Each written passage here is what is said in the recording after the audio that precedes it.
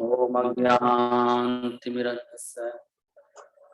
ज्ञानञ्जनशलाकया चक्षुरुन्मीलितं येन तस्मै श्रीगुरवे नमः। नमो विष्णुपादाय कृष्णपृष्ठाय भूतले श्रीमते भक्तिवेदांत स्वामिनिति नाम्ने नमस्ते सारस्वते देवे गौरवाणी प्रचारिणे निर्विशेषा शून्यवादी पाश्चात्य देश तारिणे। जय श्री कृष्ण चैतन्य प्रभु नित्यानंदा श्री अद्वैत गदाधर श्रीवासादि गौर भक्त वृंदा। हरे कृष्णा कृष्ण कृष्ण हरे हरे, हरे राम राम राम हरे हरे। मूकं करोति वाचालं पंगुं लंघयते गिरिं यत्कृपातम् अहं वन्दे श्रीगुरुदीनतारिणं परमानंद माधवम। हरे कृष्णा। तो हम लोग ये वाला चैप्टर कुछ बच गया होगा तो भी पढ़ रहे हैं, और नहीं बचा होगा तब भी पढ़ रहे हैं। दोबारा पढ़ लेते हैं। तो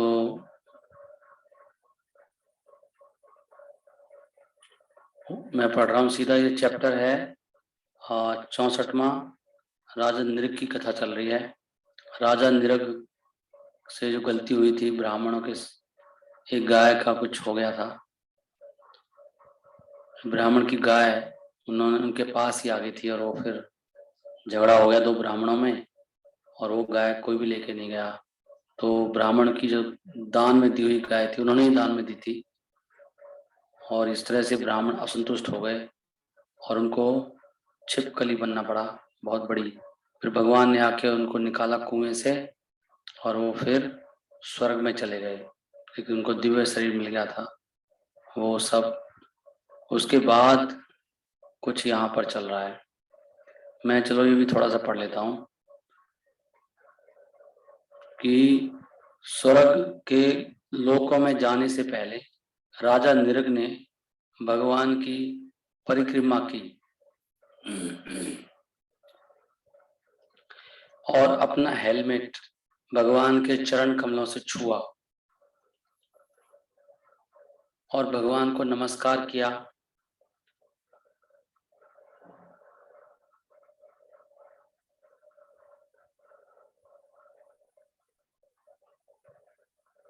तो फिर उन्होंने देखा कि स्वर्ग के लोकों से एक विमान आया है और उनके सामने ही खड़ा था।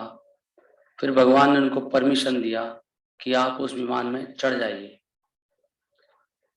तो राजा नृग के जाने के बाद भगवान कृष्ण ने राजा नृग की भक्ति की सराहना की। जाने के बाद ब्राह्मणों के साथ में ब्राह्मणों को की बताया कि ये राजा कितना महान है, और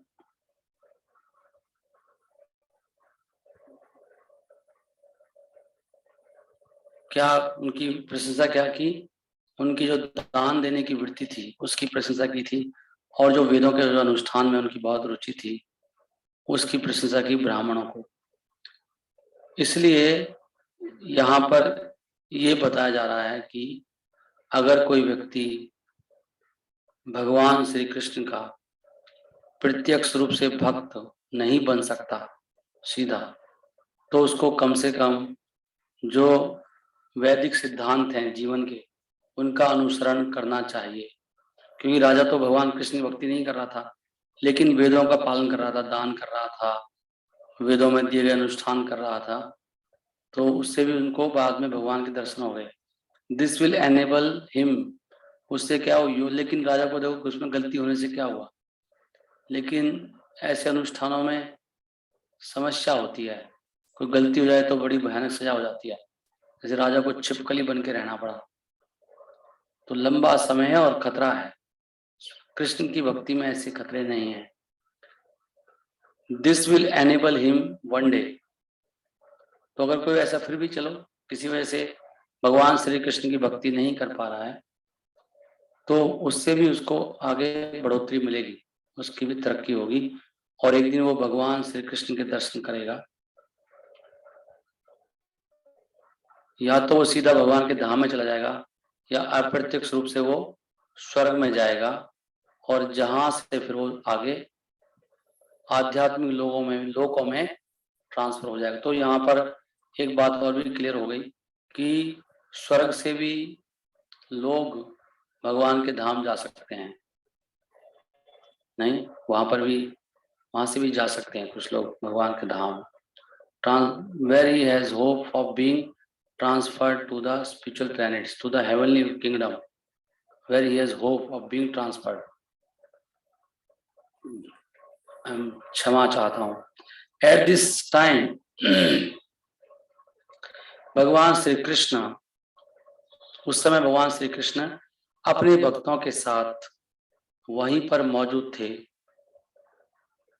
अपने संबंधियों के साथ। At this time, Lord Krishna was present among his relatives who were members of the Kshatriya class. तो कौन थे संबंधी? सभी क्षत्रिय वर्ण के थे और उनको राजा नृग का चरित्र का उदाहरण से समझाने के लिए भगवान ने कहा। तो भगवान यहाँ पर अब सबको एक गाइडेंस दे रहे हैं दान के बारे में और धन के बारे में। बहुत महत्वपूर्ण ये निर्देश हैं भगवान के, इनको ध्यान से सुनना चाहिए, समझना चाहिए। मैं आज ये महसूस कर रहा था कि ये कथा है ना, इससे ये कथाएं सुनने से हमारे ना वैसे ही बहुत पुण्य मिल जाता है। जो जीवन में भौतिक समस्याएं हैं ना, ये आर्थिक समस्या और परेशानियां, वो सब एज ए साइड इफेक्ट ही खत्म हो जाती है भगवान की लीला सुनने से। तो भगवान की लीला वैसे भी सुनना चाहिए।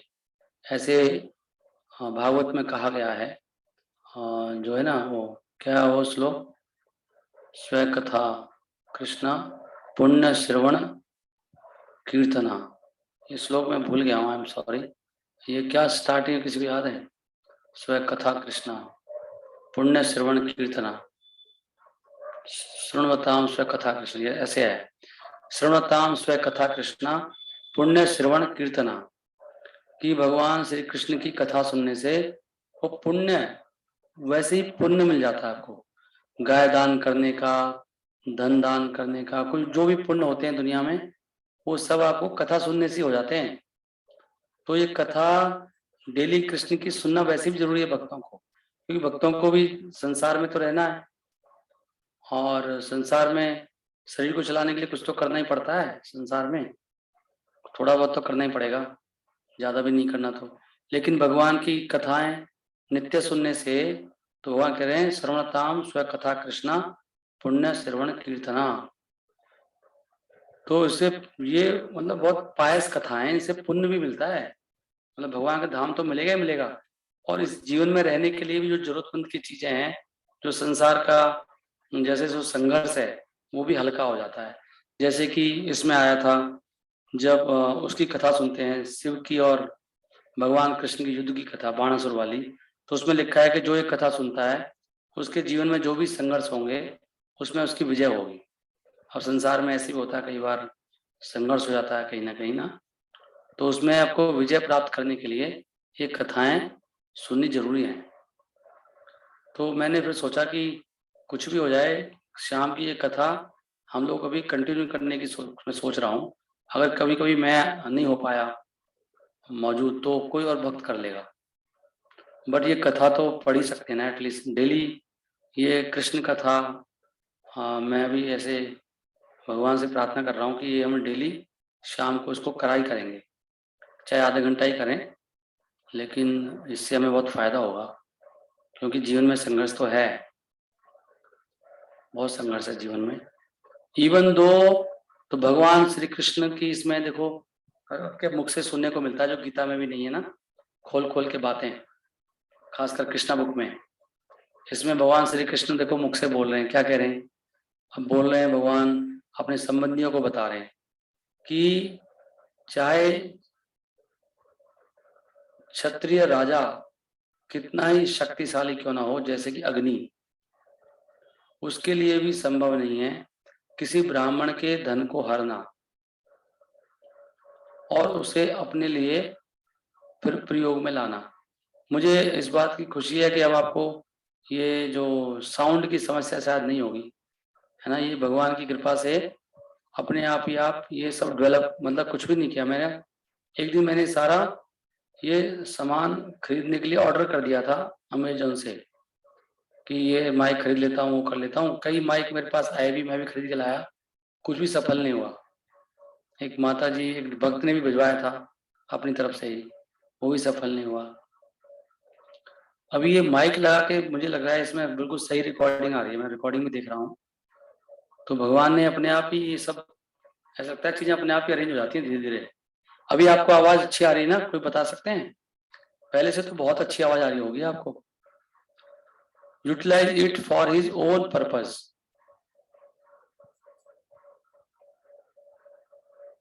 हाँ, तो ये भगवान की कृपा, एक 1.25 साल 1.5 साल के बाद हुई है। भगवान धीरे धीरे कृपा करते हैं। अगर हम ऐसे ही संघर्ष करते रहेंगे तो धीरे धीरे चीजें अपने आप ही व्यवस्था हो जाएगी। मुझे ऐसा लगता है कि सारी चीजें अपने आप ही हो जाएंगी, वर्णाश्रम भी बन जाएगा, मंदिर भी बन जाएंगे, सब हो जाएगा। बस ये कथाएं हम लोग करते रहें, कथा कीर्तन मंगलारती, और एक काम और शुरू करना हमको भी, वो बुक डिस्ट्रीब्यूशन। जो जो भक्त हैं अपनी जगह पर, वो पहले खुद अपनी किताबें ले लें। कल भी मैंने 12 पैकेट मंगाए नए ग्रंथों के, कलम लेके आए थे गोदाम से, और बहुत अच्छी अच्छी किताबें मंगाई हैं। तो वो सारी किताबें आ रही हैं। अब आप किताबों का वितरण करना शुरू करो समाज में, अपने अड़ोस में पड़ोस में किताबें मंगाइए। छोटी किताबें भी हैं, बड़ी किताब भी हैं, जैसे जिसका सही लगता है ऐसा सब करिए। राइट। तो हरे कृष्णा, एक बुक डिस्ट्रीब्यूशन का काम और शुरू हो जाएगा, फिर सारे काम हमारे पूरे हो जाएंगे। पुस्तक वितरण और शुरू करना है। हमारे पास किताबें भी बहुत रखी हैं, और भी मैं किताबें मंगा रहा हूँ, अभी काफ़ी किताबें भी मंगाई हैं। और सब भक्तों के घर में ये सारी किताबें प्रभुपाद जी की हों तो उनके घर में वैसे ही बहुत सुमति समृद्धि सब अपने आप आ जाएगा ऑटोमेटिकली। भगवान ने ऐसा बोला है, it is not possible for him. तो क्षत्रिय के लिए भी ब्राह्मण का धन हरना संभव नहीं है। अब आप बस बंद करिए, आप बहुत मैसेज लिखे आ रहे हैं सब बारी बारी से, फिर मैं मैसेज पढ़ता रह जाऊंगा। ठीक है, मैं समझ रहा हूँ आपको आवाज अच्छी आ रही है। अगर इफ दिस इज सो, अगर ऐसा है, मतलब कह रहे हैं कि राजा कितना भी शक्तिशाली हो, वो ब्राह्मण के धन को नहीं ले सकता। इसलिए जो वैष्णव का धन है उनके साथ बहुत डीलिंग अच्छी तरह से करनी चाहिए। उनका धन लेने के बाद बहुत मुश्किल हो सकता है। इफ दिस इज सो, अगर ऐसा है, हाउ कैन ऑर्डिनरी किंग्स, तो साधारण जो राजा है, जो अपने आप को ऐसे ही नकली रूप से ही समझता है कि बहुत शक्तिशाली हैं वो संसार में, वो ब्राह्मण के धन को कैसे हर सकते हैं? और वैष्णव तो ब्राह्मण से बहुत ऊपर होता है। ब्राह्मण के धन को भी किसी में हिम्मत नहीं है लेने का। भगवान कृष्ण कह रहे हैं बात को, ब्राह्मण का धन नहीं हर सकते आप, ब्राह्मण पूजनीय होते हैं। आई डू नॉट थिंक दैट, ये जन्म की बात नहीं हो रही वैसे, ये गुणों से जो ब्राह्मण है। I do not think that taking poison is as dangerous as taking a Brahmin property. भगवान कह रहे हैं मैं नहीं सोचता कि जहर लेना, कि जहर पीने से भी ज्यादा खतरनाक है किसी ब्राह्मण के धन को हरना। भगवान कह रहे हैं क्योंकि जो साधारण जहर होता है, देयर इज ट्रीटमेंट, उससे भी हो सकता है आप ठीक हो जाएं, उसका भी इलाज है। परंतु अगर कोई ब्राह्मण के धन को हरने का जहर पी ले तो उस गलती की कोई सजा नहीं है। इसका सबसे बढ़िया उदाहरण है राजा निर्ग।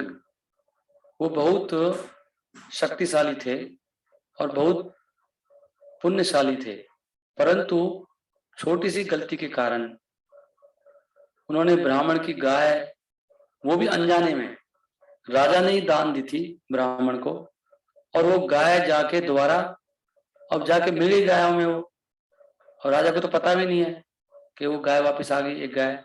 और गाय भी लाखों दी थी उन्होंने ब्राह्मण, एक गाय नहीं दी, लाख लाख गाय दी और एक गाय केवल वापस आ गई। उसके कारण उसको छिपकली बनना पड़ा। He was condemned to the abominable life of a lizard। तो मुझे ऐसे लग रहा है कि मतलब हमारी बुद्धि बहुत मलिन है, हम तो डरते ही नहीं है कोई पाप करने से। छोटी छोटी गलतियों की सजा है। छोटी सी गलती करी राजा भरत ने, उनको हिरण बनना पड़ा, इनको छिपकली। और मैं तो पता नहीं डरता ही नहीं हूँ, कुछ भी कर डालता हूँ, कुछ भी बोल देता हूँ, कुछ भी सुन लेता हूँ, कुछ भी देख लेता हूँ, कुछ भी छू लेता हूँ, कुछ भी सूंघ लेता हूँ। तो उससे पता नहीं क्या क्या बनना पड़ेगा हम लोगों को। Ordinary poison affects only those who drink it. तो जो साधारण जहर होता है केवल उसको नुकसान करता है जो पीता है। और जो साधारण अग्नि होती है उसको भी आप बुझा सकते हो उसमें पानी डालकर, परंतु जो अरणी एक लकड़ी होती है, अरणी की जो अग्नि होती है उसको ब्राह्मण जलाता है अपनी आध्यात्मिक शक्ति के द्वारा, अरणी लकड़ी की अग्नि को।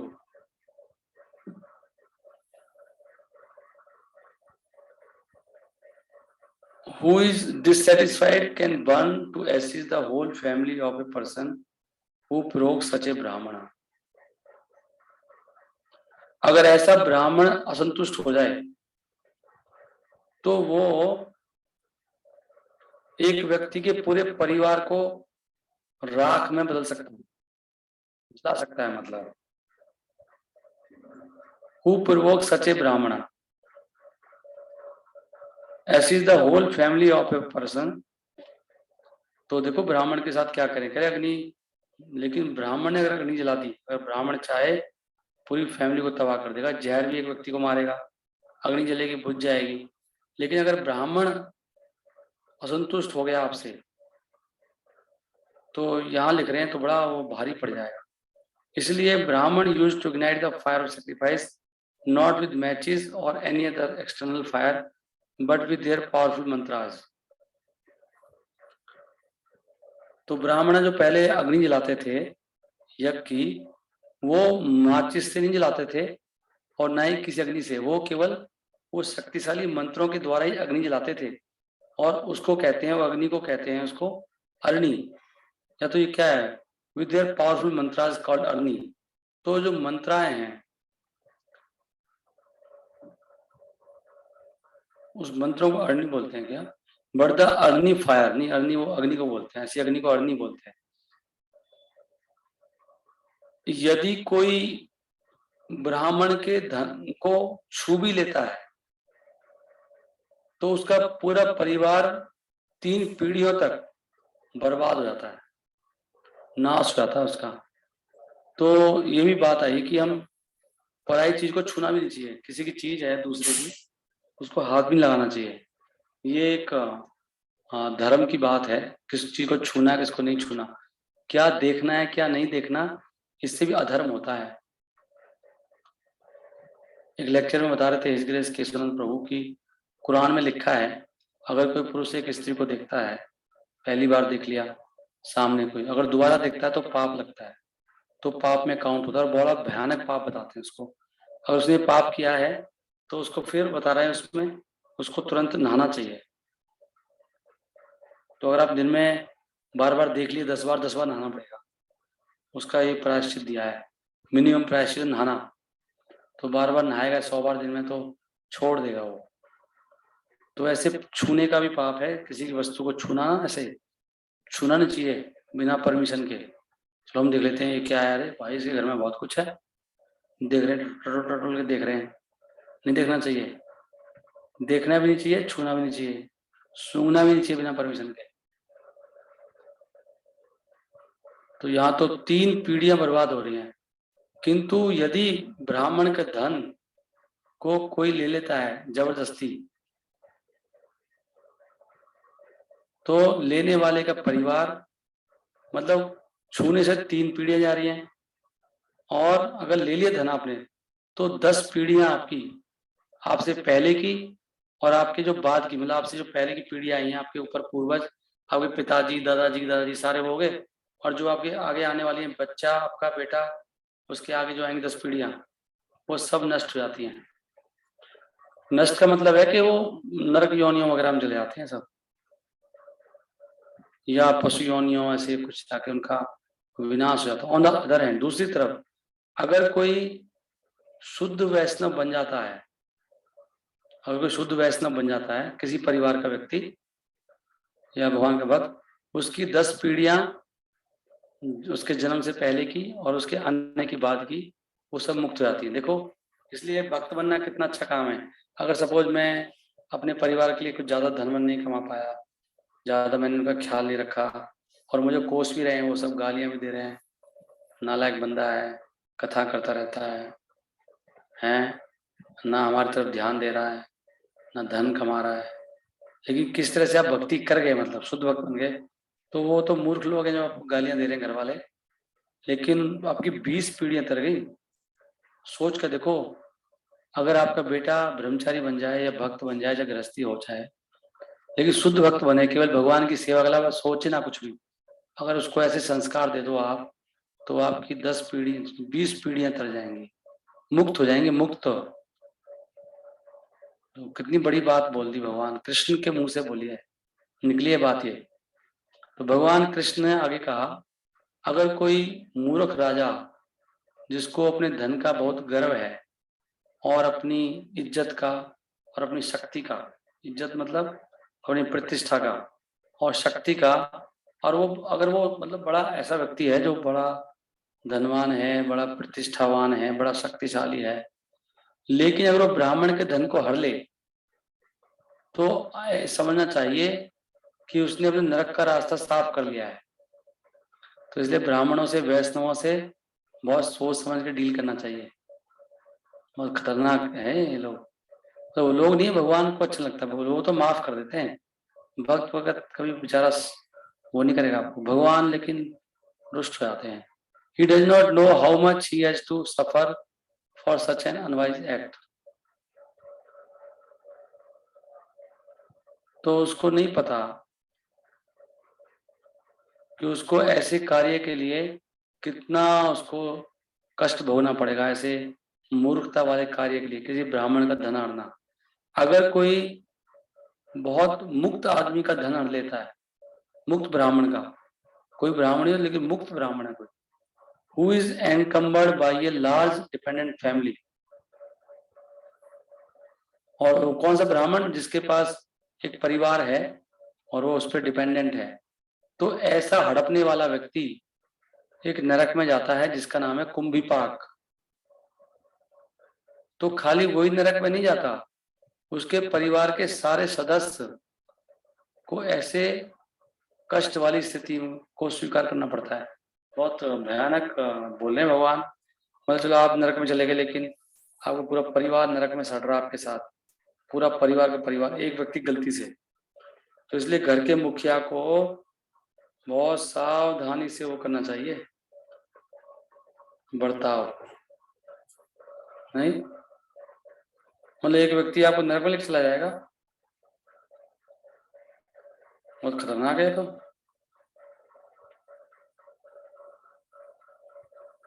लेकिन उस घर में कोई दूसरा अगर वैष्णव है बहुत अच्छे वाला, वो तो नहीं जा सकता किसी की वजह से, वो तो उसको भी तार देगा, वो नरक में जाने वाले को। इसलिए भक्त होना चाहिए। A person who takes away brahmana's property, जो ब्राह्मण के धन को हर लेता है,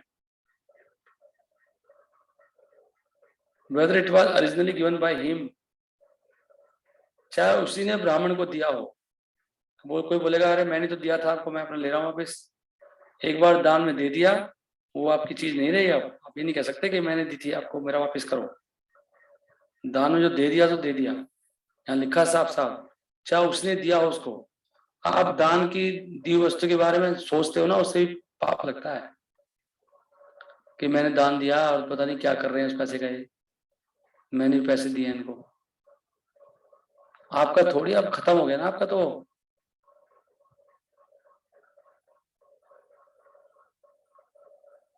क्योंकि वो कह रहे हैं अगर उसी ने दिया तब भी अब हक नहीं है ना, या किसी और ने दिया है, उसको 60,000 सालों तक उसको मल का कीड़ा बनकर, एक कष्टदायक कीड़ा बनकर, मल का कीड़ा बना कष्ट वाला, जो कष्ट में है, उसको 60,000 साल तक रहना पड़ता है। देखो ये चीजें भी होती हैं, ऐसे नहीं है कि नरक वगैरह नहीं होता है। हमें लगता है नहीं कुछ नहीं होता, भगवान कृष्ण बता रहे हैं बात। तो 60,000 साल तक आपको मल का कीड़ा बन के रहना पड़ेगा, भगवान तो मरवा देंगे आपको। Therefore I instruct you, इसलिए मैं आपको, भगवान कह रहे हैं, निर्देश देता हूं कि मेरे सभी बॉयज एंड रिलेटिव्स जो भी यहाँ पे हैं, सारे जो लड़के हैं यहाँ पर और संबंधी हैं, कभी गलती से भी आप किसी ब्राह्मण का धन मत लेना, और नहीं तो आप पूरी अपने परिवार को ही दूषित कर डालोगे। अगर कोई यहाँ तक इच्छा भी करता है, ऐसे धन लेने की इच्छा भी कर लिया, अगर आपने लिया नहीं है, खाली सोच लिया इसका ले लेते हैं, हम इसका धन ले लेते हैं, तो let alone attempts to take it away by force. If someone even wishes to possess such property, let alone attempts to take it away. और या फिर वो प्रयास करता है इसको ले जाने का, तो जब वो अपना शरीर छोड़ता है तो वो सांप बनता है फिर वो, और फिर वो दूसरे लोगों को कष्ट देता है।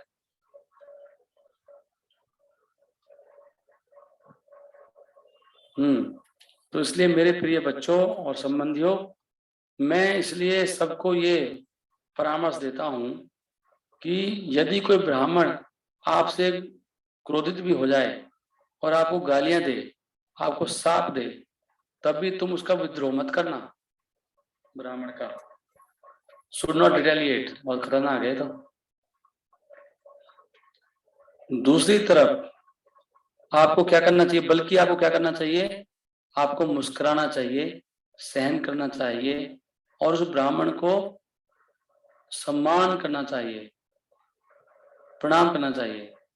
आप अच्छी तरह से जानते हो कि मैं खुद भी ब्राह्मणों को बहुत सम्मान के साथ 3 बार प्रतिदिन प्रणाम करता हूँ, भगवान कृष्ण कह रहे हैं 3 बार दिन प्रणाम करता हूँ ब्राह्मणों को, हरि हरि बोल, सुबह दोपहर शाम 3 संध्या करते होंगे भगवान, ब्राह्मणों को प्रणाम करते हैं भगवान स्वयं 3 बार दिन में।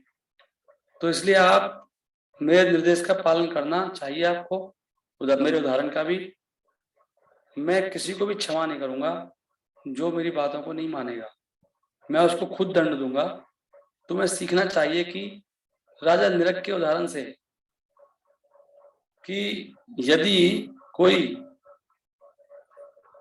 अननोइंगली, मतलब अनजाने में भी ब्राह्मण का धन हर लेता है, तो भी उसको कष्टदायक स्थिति में रहना पड़ता है। राजा नरक ने अनजाने में रखा था। इस प्रकार भगवान श्री कृष्ण ने, जो कि हमेशा जीवों का शुद्ध करने में लगे रहते हैं, उन्होंने खाली अपने परिवार वालों के लिए या द्वारका के निवासियों के लिए ही ये संदेश नहीं दिया, परंतु पूरे समाज के सदस्यों के लिए संदेश दिया है। इसके बाद भगवान श्री कृष्ण अपने महल में चले गए। तो आप सबका बहुत बहुत धन्यवाद। पूरे 9 बजे हैं और मैं बहुत I am feeling very happy कि आप सब लोग आ गए हैं। इससे पता लगता है कि आप सब बहुत अच्छे भक्त बन रहे हैं धीरे धीरे, और आप सबकी रुचि बढ़ रही है भक्ति में, क्योंकि जैसे ही मौका मिला सब लोग आ गए। और मैंने सुबह एक मैसेज लिखा था सबको मंगला आरती के बारे में, सुबह जल्दी उठने के बारे में, आप उसको पालन करो। मेरे शब्द नहीं होते कुछ भी, मैं जो भी लिखता हूँ कहीं ना कहीं होता है शास्त्रों में या किसी वैष्णव ने बताया है, आचार्यों ने। तो अगर आप वास्तव में ये जीवन सुखपूर्वक जीना चाहते हैं तो कृष्णा कॉन्शसनेस को ही महत्व दो पूरा, अदरवाइज तो फिर जीवन खतरे से भरा हुआ है। और वैष्णवों के साथ थोड़ा ध्यान से डील करो, है ना। वैष्णव भगवान श्री कृष्ण कितना जोर लगा रहे हैं, खासकर ब्राह्मणों के साथ धन की डीलिंग है, बहुत सावधानी से करनी है। हरे कृष्णा कृष्णा कृष्णा हरे हरे, हरे राम राम राम हरे हरे। सारे पापों को खत्म करने के लिए हरि नाम है। और पश्चाताप, कोई किसी को गलती हुई हो तो उसको सुधार सकता है वो, और भगवान बहुत दयालु हैं, भक्ति से भगवान क्षमा भी कर देते हैं। कंटिन्यूस हरि नाम करना, प्रार्थना करना, वैष्णवों की सेवा करने से सब कुछ ठीक हो सकता है। तो बहुत बहुत धन्यवाद आप सबका। हरे कृष्णा कृष्णा कृष्णा हरे हरे, हरे राम